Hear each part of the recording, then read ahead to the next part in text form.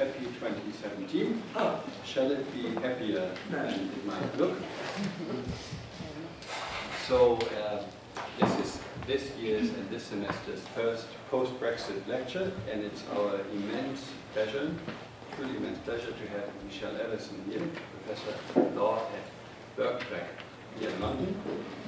And often when scholars invite other scholars to give a talk, then they will either offer a little anecdote, or they will be very formal, or they will be overly familial and speak of their longtime friend. I won't do any of these things, but I would rather like to tell you that with Professor Michele Everson, you have a very special scholar here tonight, which means that beyond the talk and then the conversation we're about to have over a glass of wine after her presentation and our discussion, you might want to look at some of her work, because it can serve as an inspiration of actually how to live in this world today.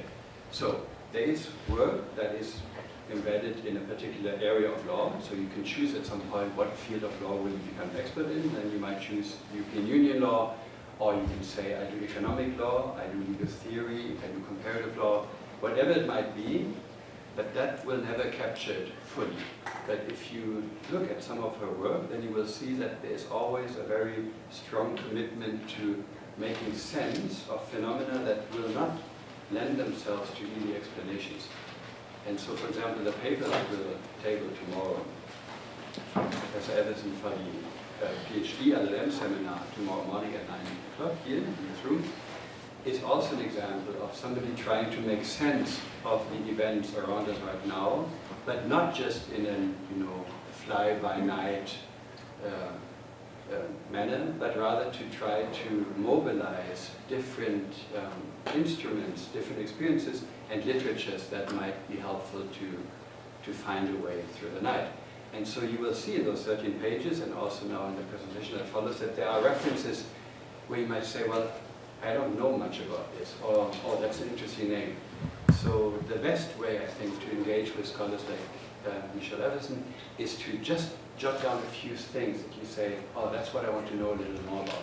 I'll ask her, right? It's a unique opportunity to have somebody like her here. Very fascinating work, and it's very timely and politically very relevant. So, thank you very much for coming here tonight, and the floor is now yours. Thank you. Thank you, Per. Thanks for inviting me. How long do I have, Per? How long can you stand? The usual 35 to 45. Right. My usual warning when I start, I've actually just got pictures and no notes with me, because I should really have bifocals. My problem is I can't read and see people at the same time, so I choose to do everything with pictures, which is great in one way, but I can lose the thread. If I lose the thread, just stop me and say, no, you've lost the thread again, or just look pained and you pick up on audience. Okay, I did actually kick off with this piece pre-Brexit. I was asked to talk to Brexit, and I must admit, I sat down when I was trying to do that and thought, well, I know I'm Remain, but I'm not quite sure why. I have been hugely critical of the European Union and the European communities since the 1980s. I've seen very real problems in the construction. And why then would I tell people to vote Remain, which is the source of this this presentation?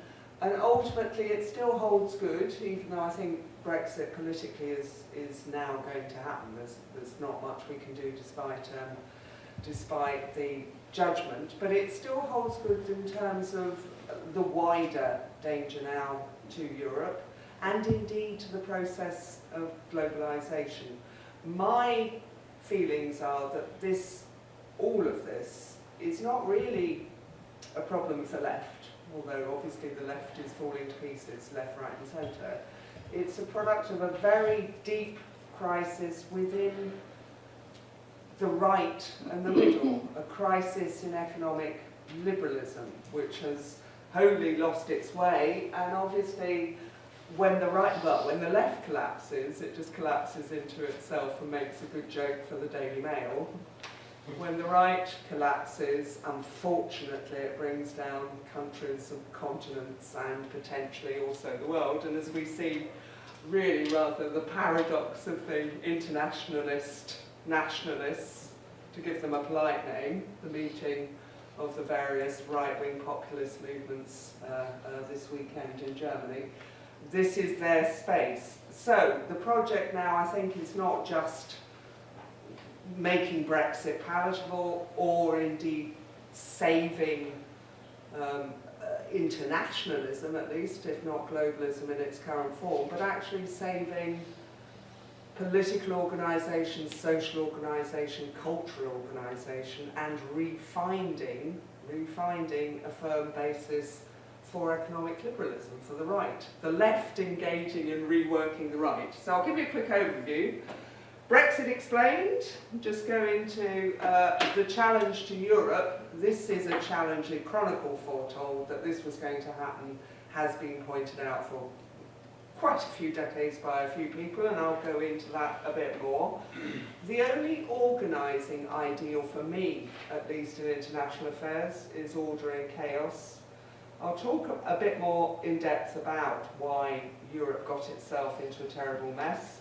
And then I'm going to go back to old history. I'm going to look at economic liberalism, the concept of economic liberalism, what it actually was, what has changed, why is the right in chaos, and then a blueprint for the future, more order, less Europe, less globalisation, or a different form of globalisation. Okay? Sort of overview for you to start. This obviously, on the right here, is good populism. The pink pussy hats. There is a populism of protest also developing. Balibar has been writing on the two populisms, and Etienne Balibar, look him up. But let's go into Brexit Explained, which is potentially bad populism. It's actually 2008. I can see I've made a mistake here already. A guy called Neil Fligstein wrote Euroclash, a book, prior to crisis, prior to financial crisis, prior to sovereign debt crisis, when I think most people in the world of European integration studies were potentially a bit bored more than anything else. You know, everything as usual, nothing exciting to write about, ever more complex descriptions of what sort of negotiations dominate throughout the European institutions. Neil Fligstein, an economic sociologist, wrote a book that said, hey, the people of Europe do not support Europe, do not support the European Union. And his thesis was quite simple, that there was a group at the top, 10 to 15% property owners, whose unconditional support for the European Union was there clearly because they were getting a good deal out of it. Group at the bottom, 20 to 25%, skilled, working class, manual labour, Eurobarometer data, nothing exciting here, people were just saying, you know, so the group on the left, these are the Lindsay refinery people, were not gaining from Europe in any way, shape or form. Free movement was having a depressive effect on wage levels. In certain circumstances, free movement of labour as free movement of services, the Laval and Viking jurisprudence, these section of workers were not even able to apply for their own jobs. So there was a group at the bottom who were radically anti-Europe, and then there was the lot in the middle who were happy to benefit from European cosmopolitanism, holidays, what have you, and the cultural advantages of Europe, but who ultimately were already saying in 2008, well, look, it's great while it lasts, but if there were bad times in Europe, you couldn't count on us to support Europe. So it was all there. What with financial crisis, migration, border crisis rather than migration crisis, I would prefer to say, sovereign debt crisis, that group in the middle began to, yes, to go back to their default position. It's better the devil you know. I know the Queen, I know Parliament, I don't know this lot in Brussels, yeah? And Brexit, to a certain extent, explained. I'm going to be surprised by my own slides. Bear with me. What comes next? Yeah. The depth of the problem, I think, became very apparent during the Brexit debate. I've been listening to Radio 3 non-stop now for about 18 months because I can't bear listening to the debates that are being had around me. Whose facts? Why facts anyway, seems to be the tenor of what is going on. The really painful aspect of this form of populism is a refusal now to listen to sensible, cogent argument. It really does pain me. I find it incredible. I know I'm not alone. I think the listening figures on Radio 3 have gone up exponentially. And now, how does that happen? Now, I think we do have to open our eyes to what was going on. What was going on? The Lindsey oil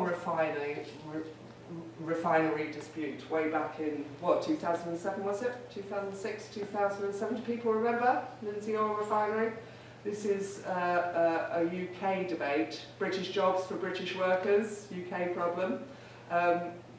Actually, Portuguese and Italian skilled workers were brought into the Lindsey oil refinery under the Posted Workers Directive, and they were skilled. Actually, they were fairly well paid, but again, it was the problem that the local workforce, people who worked at the oil refinery, were not able to apply for their own jobs. This came shortly after Gordon Brown's great statement of British jobs for British workers. Yeah? His great statement, this is my programme, Gordon Brown, I will have British jobs for British workers. With the result that you had wildcat strikes. They weren't quite legal. You had the local workforce blockading the oil refinery in an effort to prevent Italian and Portuguese labour getting to the refinery. And they all had slogans, British jobs for British workers. BNP joined in, of course, and I think this is actually one of their posters at the time. They're really not subtle at all, the BNP. There's no young Mrs. Le Pen, we're not really fascists in there. No, they'll just use the iconography.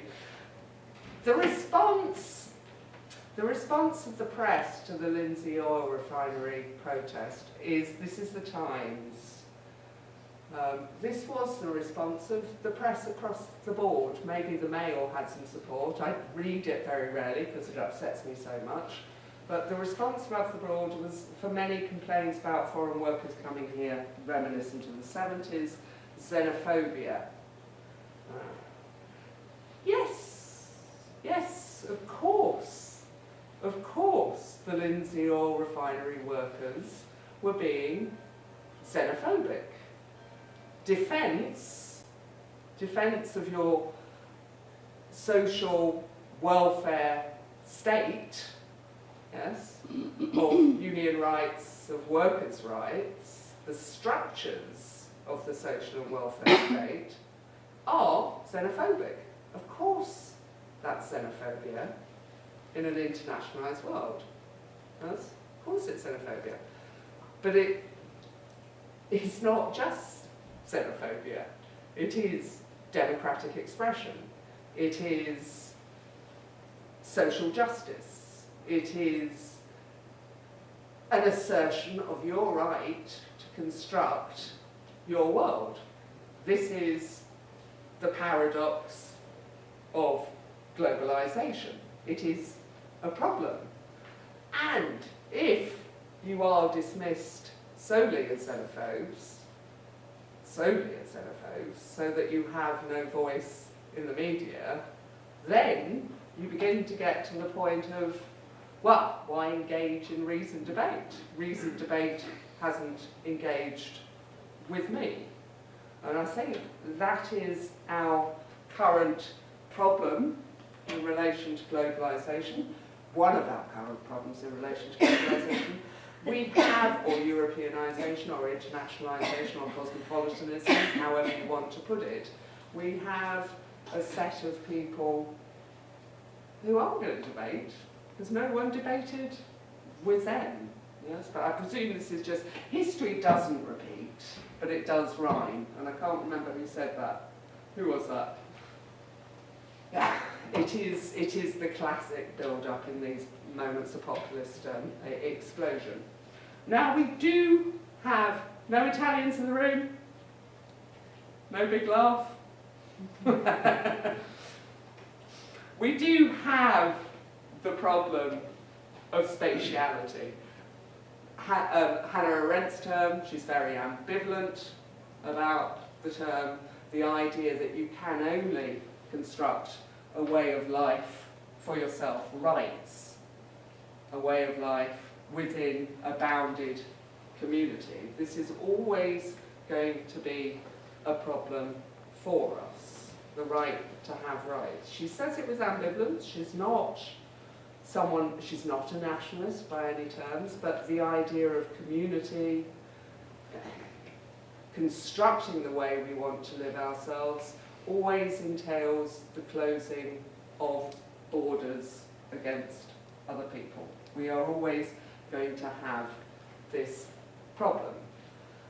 The issue is to prevent it becoming so extreme that it's a parochialism, it's a nationalism, it's a campanilismo in the Italian terms. And the joke is, of course, a Pisan bishop appointed to Livorno. Next we'll have Muslims. This is a Tuscan comic rag, but that is their sort of, that is their depiction of campanilismo, how do we deal with this? This is the problem of our global world. This is the problem of cosmopolitanism versus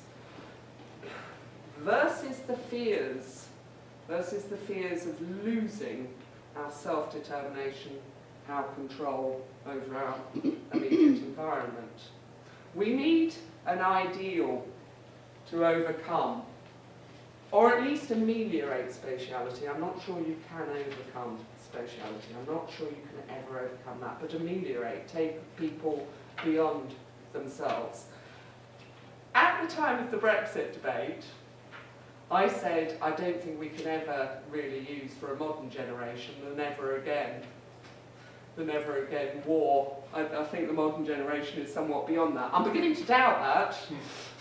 I think we do have to remember, but still I don't think it's an organising ideal. It's a rhetorical ideal, but not an organising ideal. The United States of Europe, this was for the European setting. United States of Europe with proper subsidiarity clauses, with proper redistribution between the regions, would obviously solve the problem of the Lindsay oil workers tomorrow. Absolutely, it would solve the problem of the Lindsay oil workers tomorrow. But I think there's a bottom line. I have yet to meet, outside the federalist movement, a European federalist in terms of the peoples of Europe. I don't think you can impose it upon the peoples of Europe, and you must await for it to happen. So, an organising ideal, order in chaos. We know this surely is the only organising ideal for Europe, and for a new form of globalisation and internationalisation. We know that we have a global, we know we could have a global state of economic nature where you have simply the dominance of economic rationalities. That is the way globalisation is looking. It brings its advantages. without a doubt it brings its advantages, the state of nature. How? How does it bring its advantages? Definitely a global north has been shaken. The last 30 years have seen, for all our development discourses, and this, that and the other, post-war, the last 30 years through this economic state of nature has seen the challenge to the old dominant northern economies put through. That's part of the problem. And, you know, the violent state of nature is, you know, the way that seems to have at last forced a change in that paradigm, imperfect as it is. However, as we know, the challenge to individual security has been immense, and the backlash begins. It begins now in the United States and the UK, potentially also in the whole of Europe. So we do have to take security, spatiality, cultural community, security. This is where I'm a lawyer, I'm not a philosopher. Sorry, I get away with not having exact terms, but I take it, we do have to supply security to people, whether it be the social security, welfare, or whether it be cultural security, at the same time as we supply them with opportunity. And this is the order that I think we must seek for. I'll come back to that in a bit. I think this is going quite quick. I hope it's going quite quick. What I'm going to do now, though, is take a slight divergence back through European Union history. Why has the European Union got itself into such appalling trouble? Now, here is something from my personal experience, because I have also gravitated around European institutions and have been involved in the institutions themselves in my time. We hear or convincing arguments, and I'll come back to them, that a lot of the European Union's current problems are traceable back to the unexpected geopolitical earthquake, the fall of the Berlin Wall, another moment. I mean, when we're surprised at Trump, but we were surprised. 1989, I was sat there with my mouth open going, where the hell did that come from? Bang, there was the other geopolitical earthquake. And Europe's efforts to come to terms with the completely different geopolitical and economic reality of the world is the source of current problems.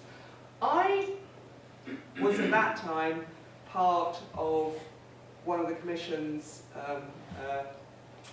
working groups. I was a rapporteur for the working group on Eastern European enlargement, and I must admit, sat there with the plan to force Eastern Europe to adopt the acquis of the market, so all Western European market regulation, before they could even start negotiating their entry into the European Union. I took one look at that and thought, oi, oi, oi, oi, oi, oi, oi. Oi, oi. I was a bit of a hippie at the time as well, I must say. Actually, I was younger than this. I was more in the hippie than this, but it's the nearest photo I could find that I could digitalise. How can newly liberated nations, and you immediately force them into a straitjacket of dominance, and not political dominance, but economic, the dominance of economic rationalities. And yeah, I was a lot hairier. My scream to the room at that stage was, well, why can't we give them a Marshall Plan? Just instinctively. This is the same situation, 1945. Newly liberated nations, give them the room, the space, and the opportunity to develop their own self-determined scheme of social, political, economic development. The working group was chaired by Horst Krenzler, and his reply, I was young then, young lady, no one will pay for it. No one will pay for it. Whether, I mean, those of you who are around, if you look back now, it's even more sort of, it's rather obscure, surreal. No one actually engaged with the populations of Europe at a political level at that time. I don't remember, beyond the German solidarity tax to East Germany, I do not remember anyone saying to us, let's get together and show solidarity. Asking us, do we want to contribute to a Marshall Plan? There was not a public political discussion. There was not a public political discussion. There was certainly a lot of politics, but no public political discussion.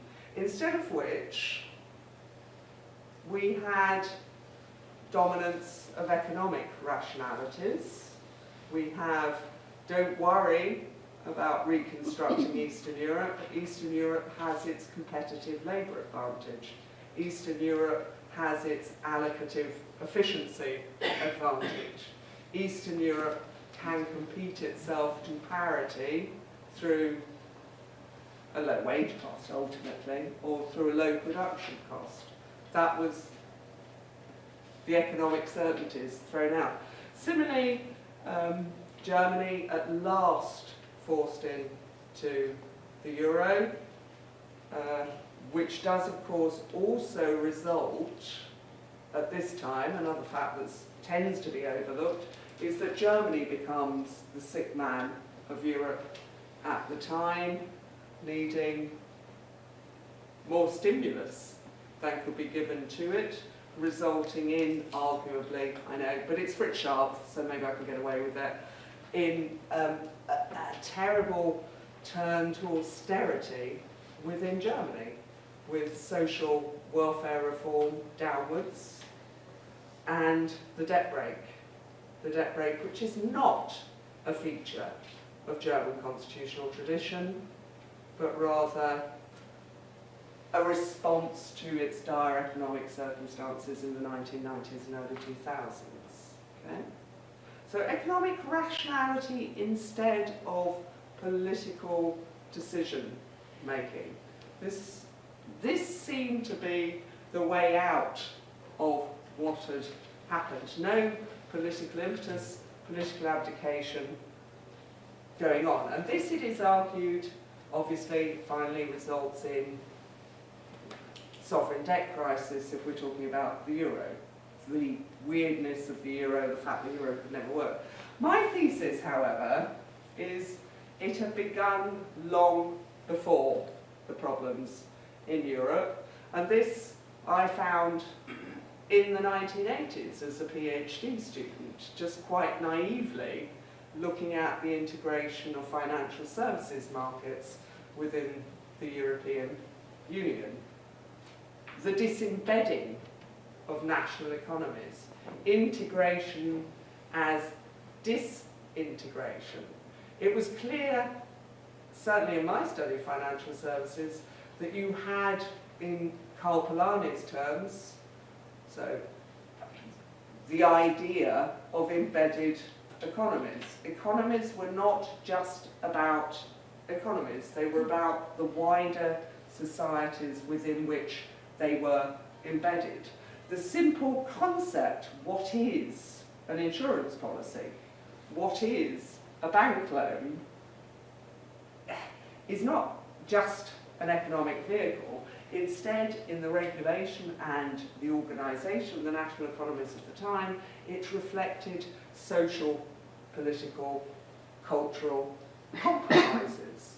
The corporatist model of organisation very strong in Germany at the time, a welfarist model very strong in the UK.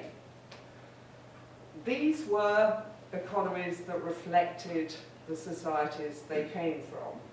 We had, though, also at national level, the phenomena of Reaganism, Reaganomics, and Thatcherism. And this was from the national level, not from the European level, that this rationalising, efficiency-oriented economics derived. And that also began to colonise integration logics. It was very clear. It was some very bright and correct people, Giandomenico Maione at the time, yes, the efficiency model, he certainly supported. Giandomenico Maione, very great political economist, he supported it in order to integrate European economies, and he would admit very openly to overcome the corruption of the Italian model, but not just the economic corruption, the whole social, cultural, political complex. Now, we see this also developing at European level from the competition policy arena. Previously, quite a Hayekian, ordoliberal European model of competition policy based on range of market offer, individual expression within markets, also moving to, shall we say, moving to an efficiency-based model. Away from the context of the societies within which economies have previously been based. The idea of an objective, effective market. This is developing from the national level, proving to be a very useful tool in the integration of European markets. The slow disembedding of economies, integration as disintegration. We hear now, in terms of European financial crisis, we hear that this is an ordo-liberal German nightmare. Ordoliberalism, a German form of economic organisation, found it as it is presented. I'll come back to what it is in a moment. As it is presented, founded in price stability, and supposedly the model that the Germans forced on the euro as the price for its entry into the euro. I won't explain any further at the moment because this is the sort of the ordoliberal part. I'll come back to that in a bit. But this is the accepted story of current sovereign debt crisis, euro crisis within the European Union. Germany, it is said, is forcing austerity upon the rest of Europe. It is imposing economic conditionality upon the rest of Europe, yes, through the European Stability Mechanism and the Fiscal Compact. It is forcing Greece, rather than giving money to Greece in an act of simple solidarity, the community of fate, it is forcing Greece into an impossible position. Greece can only have money if it slashes its own state budgets, if it slashes pensions, if it does this, that, and the other. The ordoliberal nightmare, the fixated ordoliberal German approach, stability, debt breaks, etc. No inflation within the Eurozone, no freedom for the European Central Bank to vary its rates, or produce Eurobonds, etc., etc., etc. Thinking back though, and this is my question, from the 1980s, integration as disintegration, the disembedding of national economies, are we so sure that current malaise within the Eurozone is due to Germanness? is due to Germanness, or might it be due to un-Germanness, And this is, I think this is the reality, and I do argue against the grain of much European integration writing and indeed general popular writing on sovereign debt crisis. Germany's actions are not German, they are deeply un-German.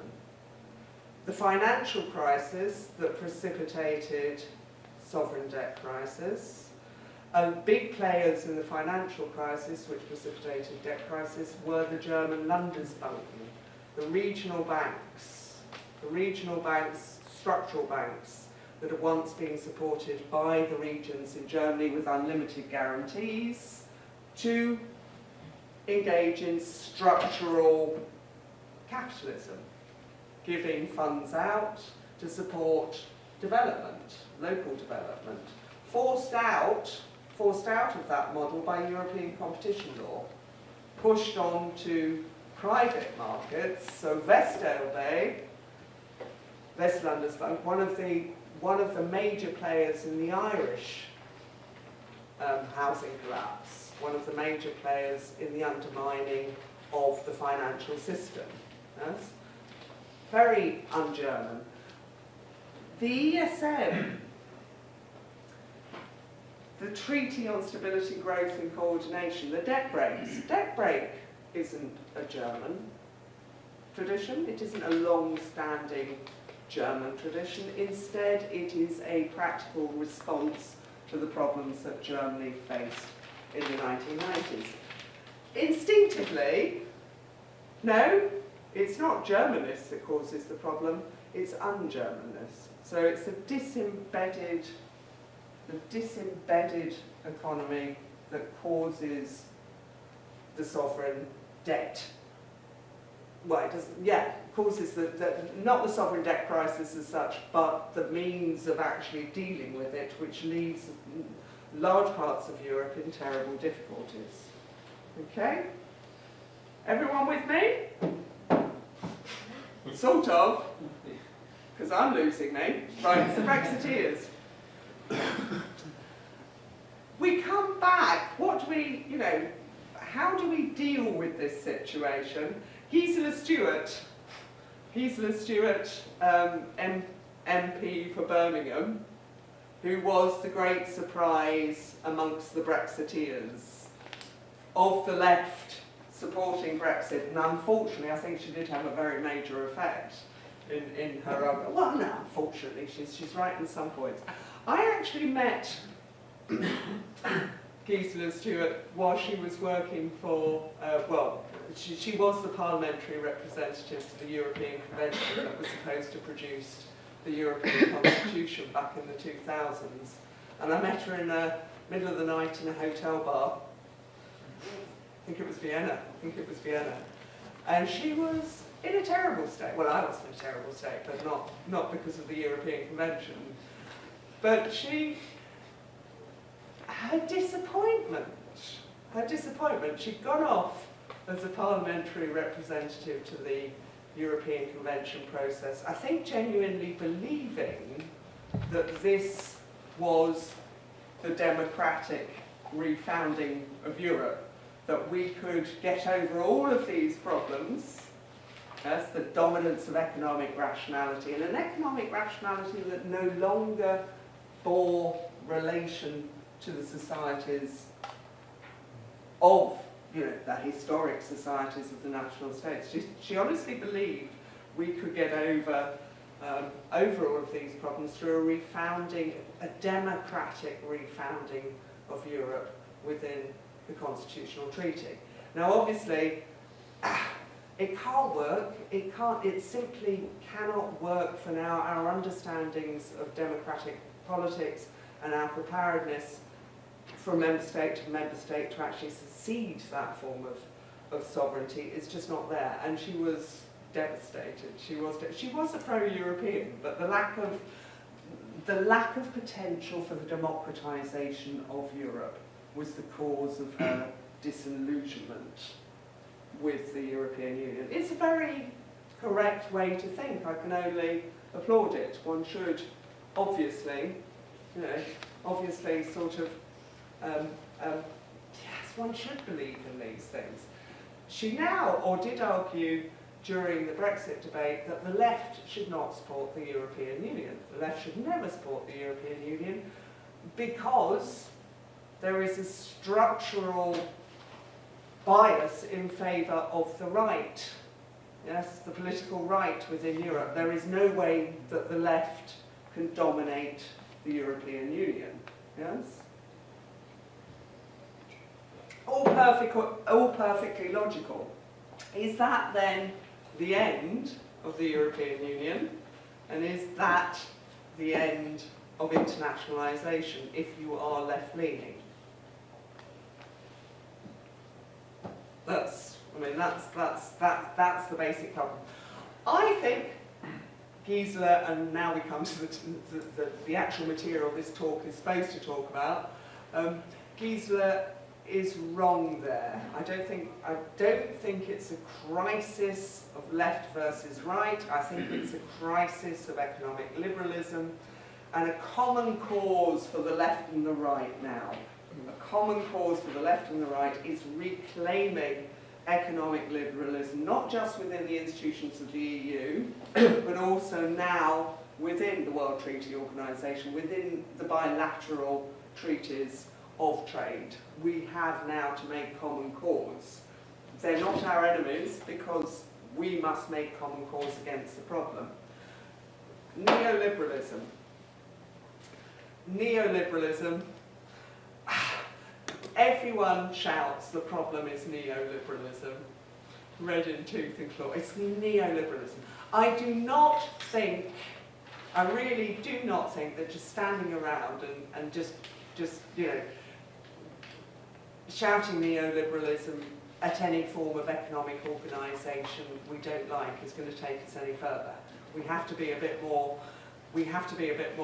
focused about our problem. And I do not think that neoliberalism exists. I do not think we are looking at a neoliberal structure. One of the ordo-liberals, the living ordo-liberals, the real ordo-liberal tradition, not this assumption that Germany is something that maybe it isn't, looks around at what we might from the left on a rhetorical basis scream neoliberalism, and he denotes it, this is Hans-Joachim Messmecker, ideology in the service of unlimited government and socialism. Socialism, he calls it socialism, not neoliberalism. The refutation of a concept of justice. The refutation of concepts of justice. Economics as a what is happening within global markets as a socialist totalitarianism that has no eye to justice. There's a bit of a shock, it's a bit of a slap round the face if you've been calling it neoliberalism. But I do think it's actually true. It is actually not socialism. For socialism, read a totalitarianism, read a political abdication, a political class that didn't take the issues to us, did not say to us, will you give up your wealth to support Eastern Europe, but which said to us, don't worry, modern economic science, modern regulation, we can ensure welfare maximisation, we can ensure the end of uncertainty within markets. We do not have to have a debate. We do not have to have a debate because the market will give us absolute maximised welfare. This has been something done by the left as much as the right. The exponential increase in regulation and what have you is that 7 already? Yep, is that which gives us these new certainties where we don't need politics anymore. Yeah? This is the problem. This is the problem. And the united factor in our globally dominant economic rationalities is the end of any form of political, cultural, social connection. This is an amorality of economics, an amorality of economics. Coming back to the true nature of neoliberalism, where it actually comes from as a term.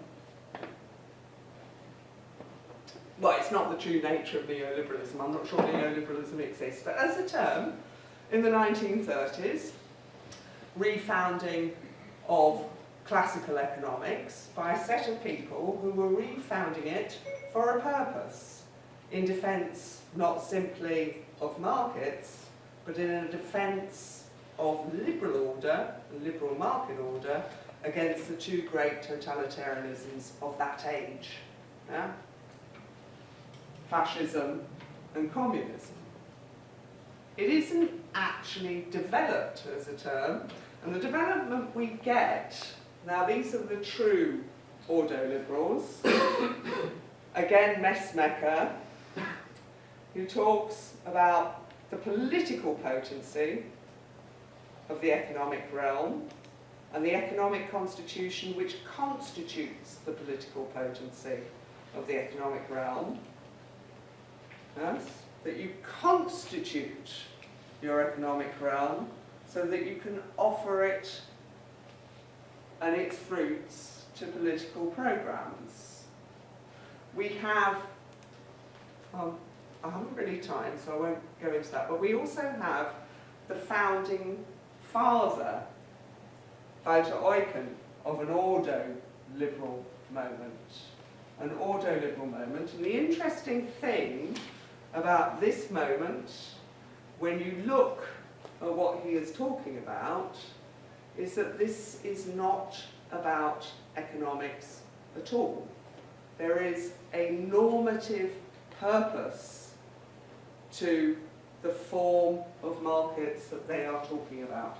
This is the source of a market's legitimacy, not that it produces wealth, not that it produces equality, but that it allows people to attain their own potential. This isn't economics as we understand it today. This isn't the mass of welfare maximisation. This is nothing like this. This isn't economics at all, ultimately, when it boils down to it. When I look at it closely, this real ordo-liberal economic constitution is about morality. The market is a choice for morality for these people because it allows individual and then collective attainment.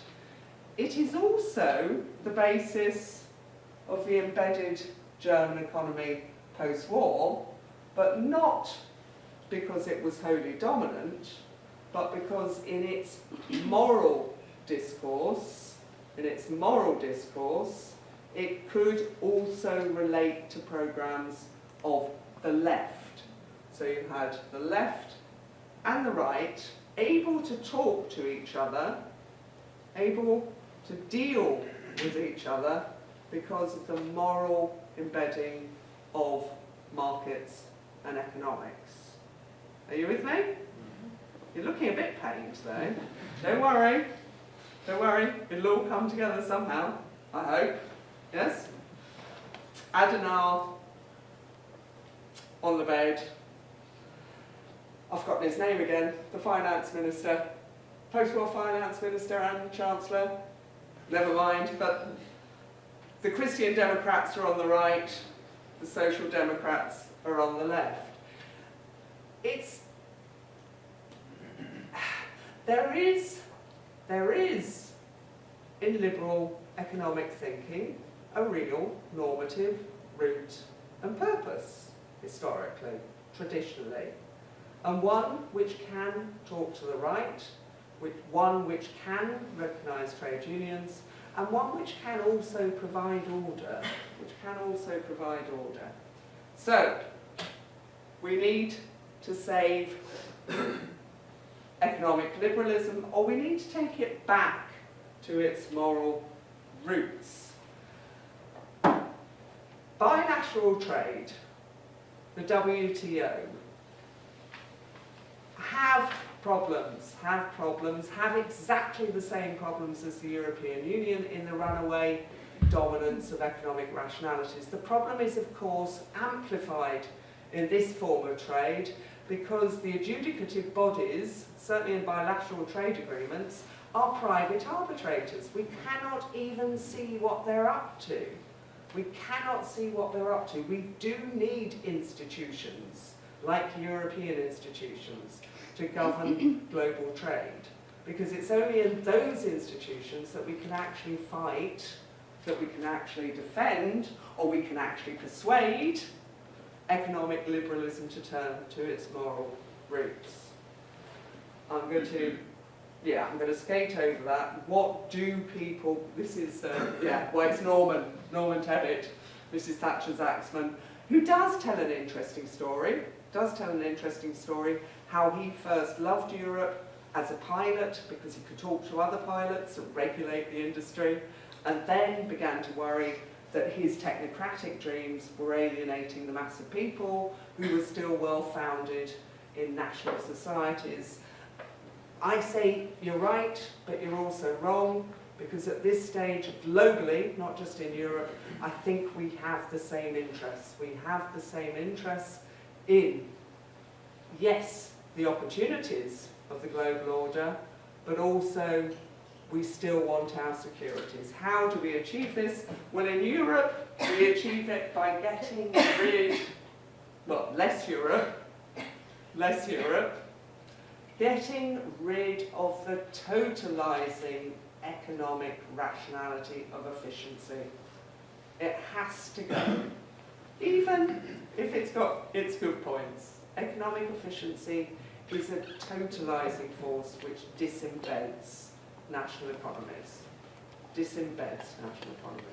Likewise, less integration. We have to get away from the idea that those facets, and I'm taking European examples, but this goes across the board globally, those facets of economic organisation that really are niggling and annoying and infuriating are somehow barriers to trade which we're better off without. Germany has always annoyed me. Has always annoyed me. Whether it's been the fact that I cannot go shopping, well, this has changed, but historically, whether it was the fact I couldn't go shopping apart from very set shopping hours, that I had to conform to this, that, and the other, it's driven me up the wall. It seems utterly pointless to me. And I'm sure everyone in this room has their example from whichever other country they spend time in or are acquainted. Italy! The distinction between butchers selling chickens and butchers selling red meats, which is now also gone. These are intensely annoying things. But, very often they embody deep-seated settlements. And we really must get over the idea that is so predominant at the moment that we simply sweep these things away. We take less trade, less integration, more social order. And I'll stop there. Ludwig Erhard. Ludwig Erhard, my favourite. Ludwig Erhard, the big. That's Willy Brandt and Helmut Schmidt. Okay, thank you very, very much. Okay. Ms. Everson, the floor is open for some questions. Do you want to call on them, or shall... Well, can you manage questions? Bit shell-shocked. So do you want to go start? Thanks, I very much enjoyed listening to you. It's got a couple of points. The first point is, are we sort of essentially trying to reverse engineer logic in Brexit when inherently perhaps it's got a lot to do with prejudice, which is an illogical thing? That's just the comment on the question. Have the politicians in the United Kingdom and many other parts of the world failed to explain to their populations that globalization comes with benefits but burdens, and those burdens have been explained properly? And secondly, I got the impression that at the end of your talk, you were almost proposing a reform for Europe from a British perspective, but I think that's horses bolted, we're sort of out. On that point, could you predict what happens next? Trump came to a populist regime. He wants to be protectionist and he's going to achieve a few things.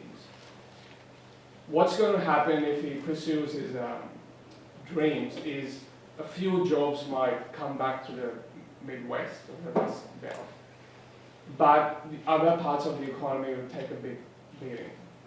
Theresa May, on the other hand, talks about the United Kingdom as the global free trade hub, with Boris Johnson trying to revive a Commonwealth that really doesn't exist anymore.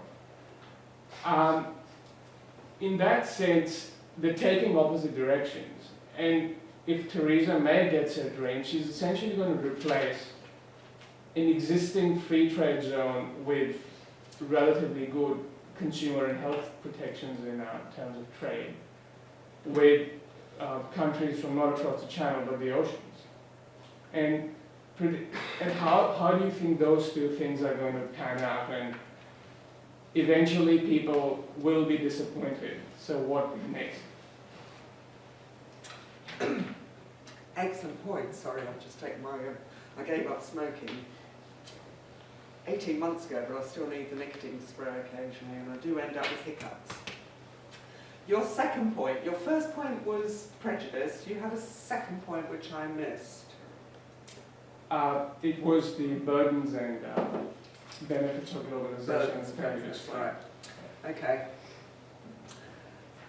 Now, yes, of course there was prejudice. Of course there was massive prejudice in the in the Brexit vote. I mean, there's no denying it. There's a set of people in this world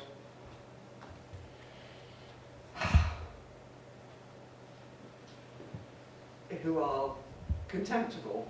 But there's also a set of people who can be led very easily into that, and there was a lot of that going on in the UK press, and I think that's a particularly British problem that needs to be dealt with. And there's also a set of people, as I say, there is simply that paradox of spatiality. There is the paradox of securing your own self-determination within closed communities. And those people, we do have to address that problem. We really do have to address the problem of, can we achieve social justice without a border around it? It's one of the abiding problems of globalisation. And when you say, have governments failed to explain to their people that globalisation brings benefits and burdens, well, yes. God, yes, they've failed to explain to their people that globalisation brings benefits and burdens.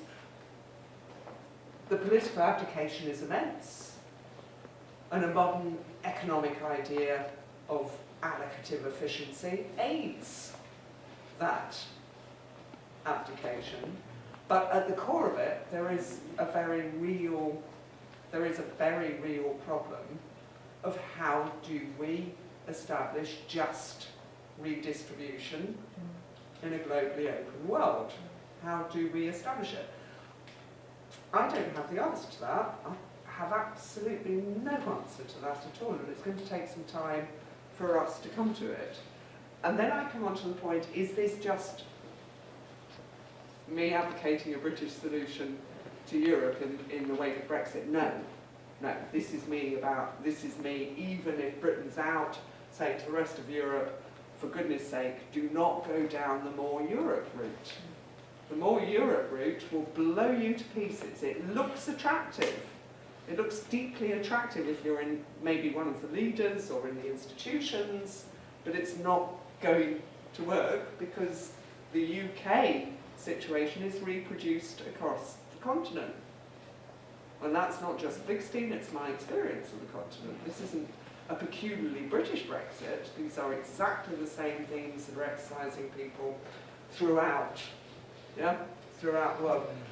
And this is why I advocate less Europe, less integration, but also globally. And in those terms, Theresa May's idea of the brave new world of British opportunity in bilateral trade agreements is also a load of which is going to hit exactly that group again. It's going to hit exactly that group of semi-skilled, London's going to be fine. Of course, London is a criminal city. Always has been a criminal city and will steal away the spoils of globalisation, no problem, but the rest are going to suffer dreadfully. And in those terms, we must begin to think in terms of an economic constitution that also includes bilateral trade, what have you. So that's why I advocate it. It's going to take some years to develop, though. There was a question next to. Yeah, I mean, I question why we sort of self-flagellate personally, because I think that it's perfectly understandable to want to have economic sovereignty, to as a minimum. You know, I mean, I just think that this whole discourse of they're left behind and all of that, it really is unhelpful. I know you're trying to steer away from it, but I just think that is, I think. If the boot was on the other foot, basically, other nations would have, we've possibly been over-accommodating, but anyway, I mean, I think there's got to be a new discourse. We're now going to be out of the EU in 2 years. I think we've got to find a way and a language which is inclusive but doesn't sort of denigrate the sort of those people who do take a more nationalistic line. That isn't a crime. And I think that the left in particular, they've got to be the ones that sort of lead on this, I think. I don't like nationalism. It's not a crime, it's not, it's a I'm not, I am a person, I'm not disputing your point. I'm not disputing your point, but I'll come back to your point in a different way. I just don't like nationalism as such, in the sense that the accidents of history become our collectivities. I've never really understood or come to terms with that. That is a minority view, I think it's fair to say. Yeah, there may be a minority view, but what I do understand, and I understand absolutely, is spatiality. There's no, sorry, now we're going all over the place, but there is, Hannah Arendt's point, there is absolutely no getting away from the fact that we have an issue of providing justice and self-determination to people, and as Hannah Arendt regretfully noted, the right to have rights, that it closes, and that might be a nation, might be a nation. Whether in my, I don't know what I come up with in my wildest dreams. I don't come up with anything. I'm the failed pluralist tradition of the Labour Party. We just wave our hands around and go, oh God, there's got to, one day someone will come up with something.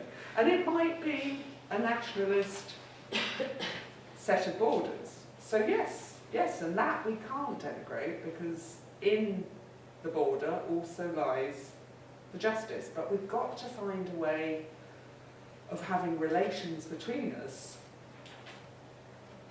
that is a respect across borders, and also ameliorates the effects of the all too powerful nation. The all too powerful nation, the powerful nations of the north. last 200 years of economic development. There's no justice. There's no justice there. So it's, yeah, I can't answer it, but I see the problem.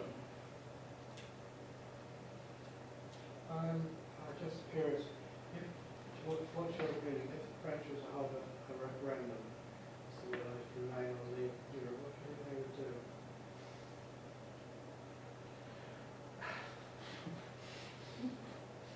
If you say, is Le Pen going to win, I find it easier to answer probably not, because the French have that habit of getting out, don't they? Both sides. But that was my No. If they held a referendum, which way would they vote? If you look back to the anti-constitution votes of the 2000s, yes? And the big ones, France and Holland. The anti-constitution votes, France and Holland the biggies. The percentage against much higher than the UK Brexit vote. My instincts would be they'd vote out. The Dutch certainly. The Dutch certainly. Except they're not going to have a referendum by accident because some posh Tory boy. Well, I said the Tories. They're clever, but they're not intelligent. Well, we should have had a referendum in 2004. I mean, we should have had it way back a decade ago, more than a decade ago, before the whole bloody enlargement happened. We should have had a political debate on enlargement. We should have had exactly the point about this costs, that it was presented to us as a cost-neutral market exercise. The history has yet to be written. There was an awful lot going on at the time.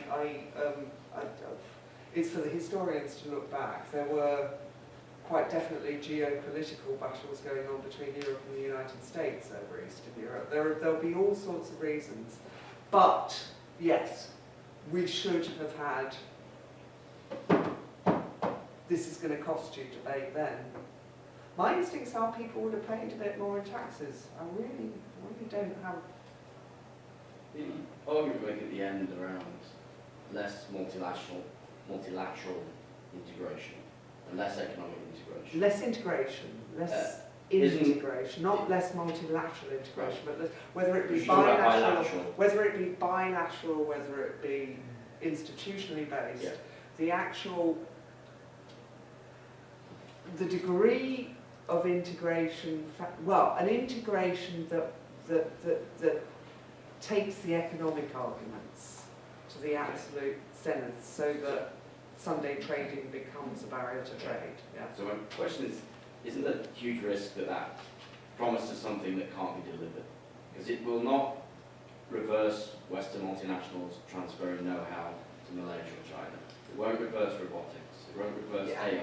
Yeah. It won't reverse all the mega trends Yeah. that will change the role of work. Yeah. It will give people bendy bananas and pints instead of, and the Italians have two forms of butchers. Yeah. But what you don't talk about that much about is free movement of labour. That's been one of the biggest drivers of the pushback, the authoritarian nationalism. And my concern is that telling people less integration, and meanwhile we'll still be, as I say, moving know-how to do low cognitive, high cost activities to Malaysia and China, whatever. AI robots, and people in 5 or 10 years' time will be then reaching out for even more extreme solutions, because we will have, whether it's left or right, we'll have promised something that delivers no more than two forms of Italian butchers, bendy bananas and pints instead of litres or whatever. With that, less integration allows us to do. If that makes sense. No, it makes absolute sense, and yes, you're right. It's completely left out. This is.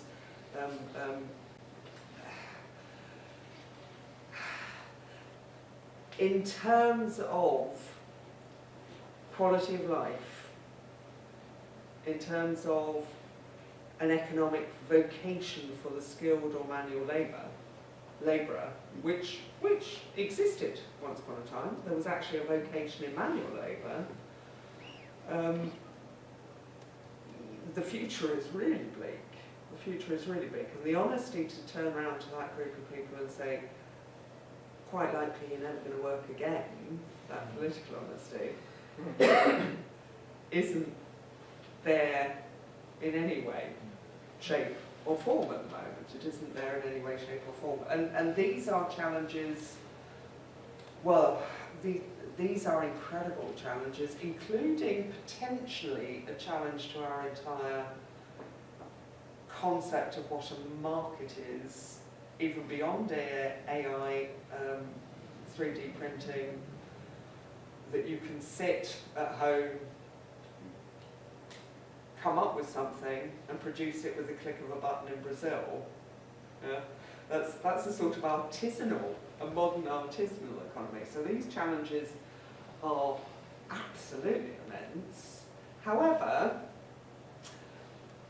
I'm not engaging with that directly, but what I am engaging with when I say let's refound the moral economy, let's refound political liberalism, within a normative standpoint, is to take us away from the idea that we can somehow solve this without a moral, or we can even begin to address people's problems without a moral outlook on the economy.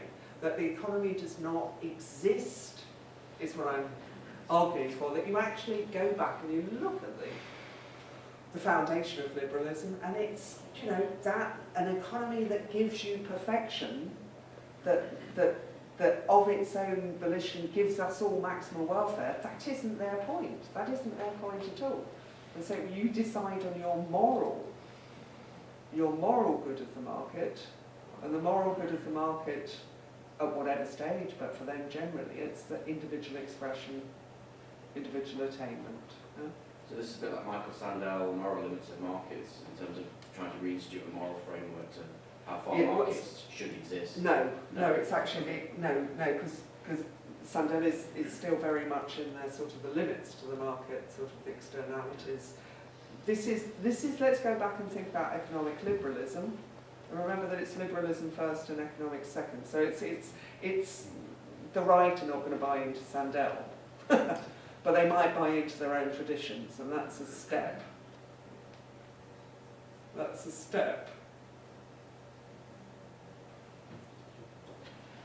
Something, I mean, it may be not directly relevant to the lecture that you've been giving, but my sort of thing that pops up to my mind is about security, but not about necessarily personal security when you're talking about individuals, but collective security within Europe. And what I mean by that is the institutions have largely been, by some, credited with creating a situation which has given us more peace in Europe. So, I mean, what's your particular view on that? And what would you say would be the result of the movements that there's been within Europe? And what I mean by that is the tourism, the people going from different countries to work, educated in different countries, and so on and so on, about creating this consciousness that you were talking about. I think you kind of came up with a little bit about something other than the national. Yeah. I mean, quite. You're asking me whether the cultural dimension of European integration makes us less likely to go to war with each other. Or for anyone to say you can still be a nationalist, but you can you still wouldn't conceive of attacking. I mean, the picture. You wouldn't conceive of attacking a nationalist from across the border. Is that? It's more around create like an understanding and I don't think there's been a movement that's been so wide in history where peoples have moved around so much, whether it's tourism, work, whatever. Mostly tourism. I'm thinking particularly in Europe. And I'm talking about, so whereas before people didn't really know what the French country was like. So the French are just like us, Yeah. so there's no way we're going to. Yeah, that's the point I made. Whether that's the dimension. Well, I think recognising people are people, this is me being normative, not intellectual. People are people. People is people. Globally, globally is something that, something I would always support and will always, and would support the European Union in those terms of cultural understanding. But I wouldn't, I'm not sure I'd make great claims for it, because I'm not sure if this were 1895, and there's an awful lot of movement in Europe, pre the development of nationalities, there was free movement throughout Europe. And I think people would have said the same in 1895, go to war with the Germans? Never! So I wouldn't, instinctively I wouldn't. Well, not I think instinctively, that's I just elite. wouldn't. I think that is elitist, because I think most of the people who would have had ideas of in 1895 or whatever with Germany would have been. I mean, there was mass movement. There was mass movement in the 18th century, 19th century. There was mass movement across borders. Certainly mass movement around Eastern Europe into Western Europe. Coalfields, industrial. So it's not just an elitist view. I do believe that more people can, and I'll always support it, but the lesson of the last couple of years is there's an awful lot of, I'm flabbergasted. I must admit, there's an awful lot of movements and powers and things out there that really do impact in ways that we got a bit lazy maybe, in Western Europe at least, that in ways that you just don't anticipate, and sort of left there a bit. Yeah. Sorry, that wasn't a very coherent answer, but it was an answer. Can I just throw something in? I don't know how many of you have followed the little debate between Wolfgang Streeck and Adam Tooze in the non-review of books in the last few weeks.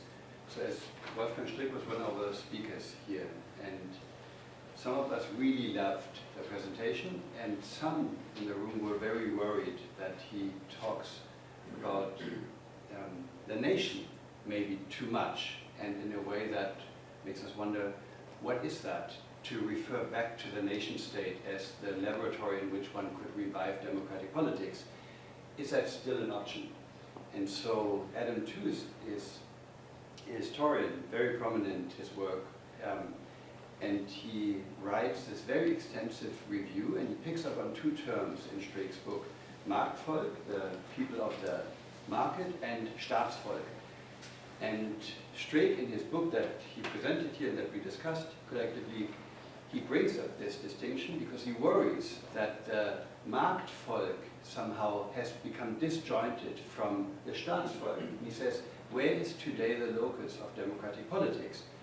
But Adam Tooze picks this up and is very worried that to talk up the Staatsvolk will make it invisible of what's actually bad and what's confining and what's traditional and constraining and what's not open to democratic critique if we just juxtapose these, for Tooze then, overly abstract entities.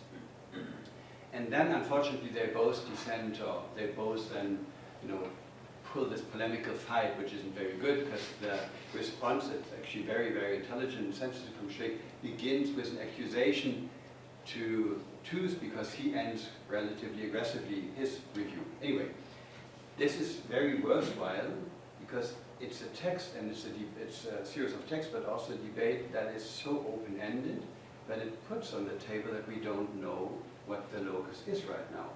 And this, what is going to happen in the next few months, and is the nation state still that reference system? It's a bit strange that we don't try to learn more. I mean, we all do, but 40, 50 years now of European integration, and nobody at any given day would have known what it means not to speak about people in a member state. Right? That's why all these debates about constitutionalizing the EU have been so complicated. And now we try to make sense of this as if it's a black and white choice. So there's either the EU or the nation state. And in some way, it just seems to me, that's why this talk is so complex, but it's also complicated and ambiguous, because the task is ambiguous.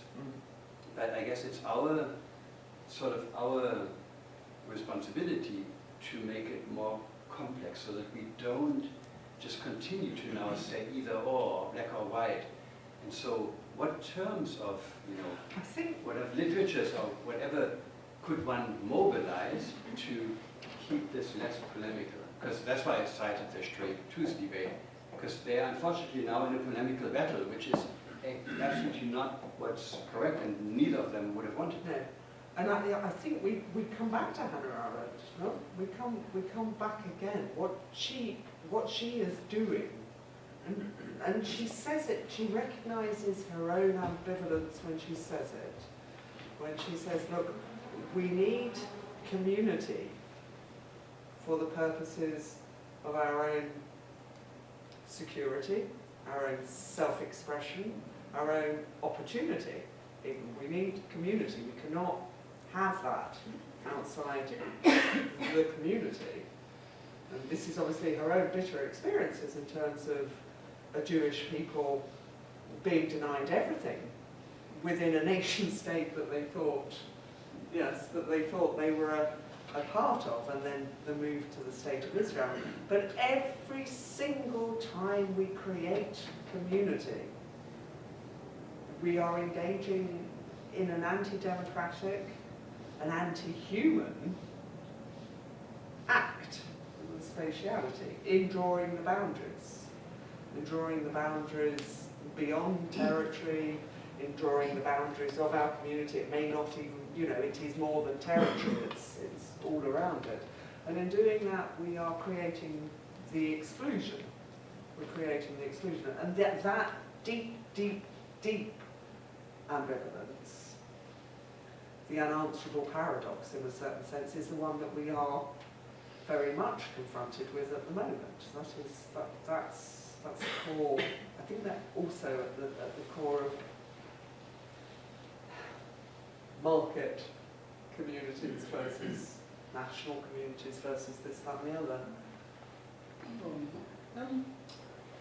I wanted to come back to the point that the gentleman there is making. I mean, the fact is that we know that in the future that 15 million jobs could be lost through automation. So that's basically half the jobs in our economy could be wiped out. So it's obvious from the sort of points that May and Hammond have been making, sort of threatening to make the UK sort of low tax, low regulation, low everything sort of economy, that we have a choice basically between being a sort of, essentially a Singapore, low government, or sort of small government, small state kind of country, or being, retaining sort of European more welfare type of Well, we only have that choice if we've still got market access. Well, I mean, we've got to, that was the point. My point is, and maybe you don't agree, is that the left has got to come to terms with Brexit, otherwise it will just end up as Singapore. Under current constructs of bilateral trade agreements, of world trade, and quite honestly a world that couldn't give a toss about the UK in lots of ways, I don't see any other option but the Singapore option. I just don't see it. I don't see it under current conditions. I think this is... I would even see a socialist government going down that route. I just don't see the option. I don't see... I just don't expect Trump's... Well, maybe Trump will surprise us. Maybe Trump will come up with new forms of bilateral trade agreement and actually do... Well, it's not beyond the bounds of possibility. If he is looking for trade, yes, but trade that somehow maintains a good life in America, maybe I'll be sat there in 5 years going, cool, I didn't see that one coming. But he came up with the structure of globalisation that The trade provides deals are about more justice. than trade. The trade deals are much more than about selling BMWs to America. They're much more about corporate power. They're about being able to give the power to corporations to sue governments about, if they couldn't get contracts and stuff. Yeah, but maybe he's going to come up with a different form. If he's saying to the Rust Belt, I'm going to give you social justice. Aren't you hoping too much? Did anyone see that pig? See that pig fly across the room? People have been wrong before. People have been wrong before. Yeah, it's difficult. It really is difficult, which is again why I would say for Europe as a whole, because the pressures on Europe are immense, I think there is an imperative to save the European project within its institutions. But to carry on down the route of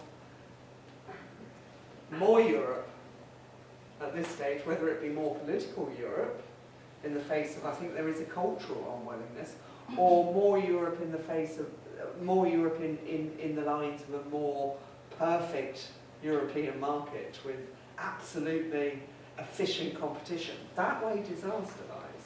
That way disaster lies. But the institutions within which we can actually talk about the deep, deep paradoxes, the really deep paradoxes of the market community versus the state community. I prefer to use terms like spatiality, community, belonging. I can find my security and belonging in community, but I need opportunity, and in a certain sense the community gives me opportunity, but it also cuts off opportunity. These are really deep questions. And this isn't the stuff of soundbite politics. This isn't the stuff of being stood in front of a crowd and giving them 5 minutes that they can understand. No, it's really got to be ongoing, institutionalised debate, and debate beyond the elites. Yes? And we need institutions that will drive that debate.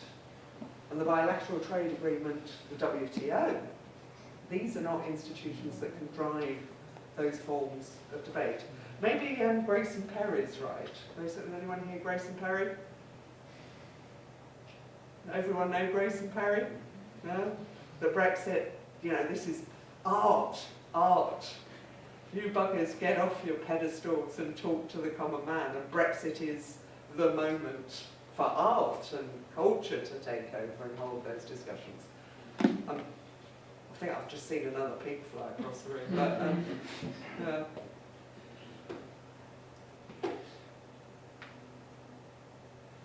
I was going to ask what the opportunity then is that is held by this current moment. So this is really fabulous work from 2 or 3 years ago by Philip Morosky about the financial crisis, and the book is called Never Let a Good Crisis Go to Waste. It's really fantastic study. So if this is a good crisis, what then are some of the ways of making this an opportunity and to avoid this descending into sound bites? What does it mean to have an institutionalized debate that's not just elitist? I thought even that convention, I know I was at the UI a few years ago when that was going on. We sent all these innocent children there and everybody was participating. We see now. Right. So what are the institutional forms that one could imagine today where this would take place? What happens if the EU lawyers have a parallel debate to the one that is attempted here, and the debate is every week about Article 50 and how that will work? That can't be the way to do it. So it has to be a very real, deep debate. Again, I think Etienne Balibar, the two populisms, I'm not sure where it's published or if it's published, but he does tend to go to open access sources, so a quick Google will probably do it. Again, there are there are signs of hope. There are signs of hope in the alternative populism, the good populism, the pink pussy hats. That in fact, the crisis is, if we are talking about getting away from those sterile, technocratic, academic, navel-gazing debates, that actually the moment has brought people onto the streets, has brought a set of people out, and just politicising the masses in a way that we haven't seen before. That may be one sign of opportunity. Again though, populism is populism.